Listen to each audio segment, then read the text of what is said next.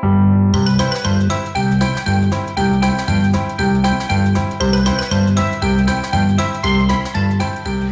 morning. Today I'd like to read you a story. It's December, so it's obviously a Christmas story that takes place one cold Christmas Eve in which a few friends learn that there is a bit of magic within each of us. A magic that begins in here. A story of making wishes and what happens when we imagine what we can do with those wishes. Their humans had just told them to go prepare their wish list, and boy did they. Hello. Hey there. How you doing? Yeah, I'm doing fine. Well, friends, I got my list together. Did you? You bet. I wrote down everything I want for Christmas. Oh, what's that, Missy? Everything. Hey, you? Yeah, Buford. Didn't the narrator just say, it was Christmas Eve? Yeah. And why is it still sun out? Wow. Hey, the sun is still shining. Yeah. Is your watch broken, Mr. Narrated Person? Wow. It was rather early that Christmas Day as the friends gathered to discuss their wish lists. Story change. Hope the plot gets far enough because right now this story isn't going anywhere. Yeah. Well, fellas, give it a minute and maybe we'll learn something like, well, Muley, what did you put for your Christmas list? Oh, well, I wrote down here that I want a racetrack, including the whole set of race cars, and I saw a really cool train that would look great running in and out of every room of the house. Yeah. What about you? I already told you. Everything. What? As in literally everything? Your room's not that big. Where are you gonna put all that stuff? Yeah. Maybe I could take a few things off. Never mind. What about you, Buford? Well, I saw some cool action figures that come in a whole set. There's like 30 or so of them. And there's some really cool play sets that you can live in, fight in, and all kinds of great storytelling. Oh, you boys and your toys. And well, we like to have fun, and having all this stuff is fun, right, Buford? Right. Yeah. Well, Kate, Royda, what do you want for Christmas?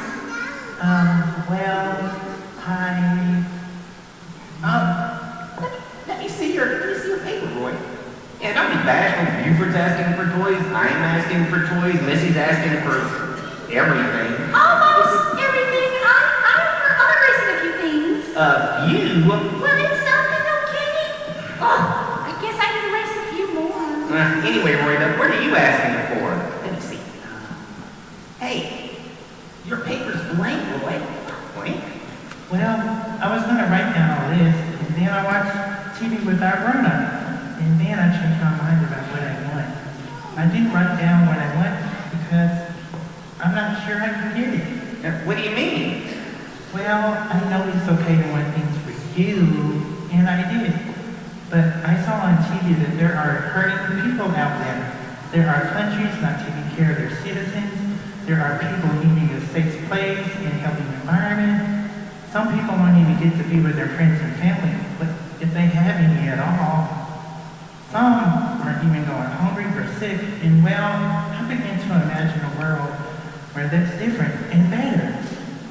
I imagine a life of peace and love, and where everybody cherishes the next person and not be mean. I imagine a world with accessible housing, food, medicine, and where people are taken care of. Well, that's what I want. But since none of that can come down and change it, I didn't write it. Oh. Well, I feel like a hill. Yeah. I got caught up in the idea of the list and forgot to be thankful for what I have and want more for others. Yeah, and you just talked about that. I should have listened. Me too. Well, anyways, who needs a bunch of stuff when we already have the best of everything, everybody? We have each other. It was that moment when the friends realized that what they really wanted wasn't something that came from a catalog or even something they could hold or even own. It was something bigger. They began to imagine what they really wished for. Yeah. You know, Roy Duck, for a little duck, you have a really big heart. I imagine a world like you imagine it. One where strangers are friends, and look at what we could do to help one another, not hurt one another. Imagine that. Yeah, you know, Roy Duck, I think you get the meaning of all the holidays celebrated this time of year. It's about coming together. I imagine a world where we have no war, where our governments build each of us up. I imagine a world that we work harder to do the right thing for one another, not holding anyone down or holding anyone back, that every person and animal finds equality. Imagine that. I imagine a world where there's no hunger, no sickness, no fighting, no hatred, no homelessness, no loneliness. I imagine a world where everyone is fulfilled, has access to medicine, finds peace, friendship. Imagine that. Roy Duck, the world you imagine is better than anything. I'm with you. I'm with you. I'm with you.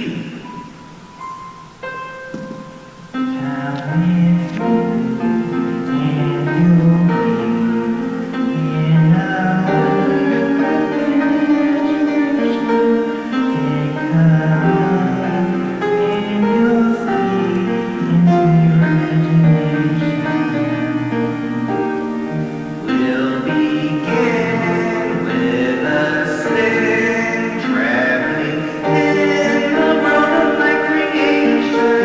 What we'll see will defy explanation.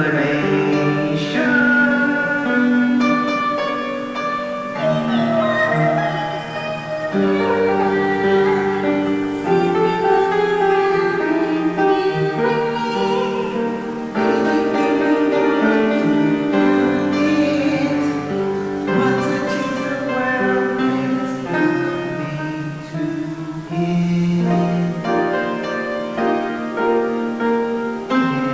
is no life I know to compare.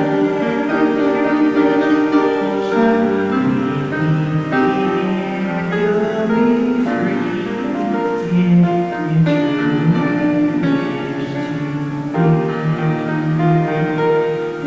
you want a view paradise. Simply look around and view it. Anything you want to do it. Want to change the world? There's nothing to it. There is no life I know to compare with your imagination. Living there, you'll be free if you truly wish to be. Here's the challenge, friends. Use your imagination, because if we want to change the world, there's nothing to it. Because on our side, we have God who loves you, Jesus who loves you, your pal Muley loves you, and I'll see you real soon. Mwah!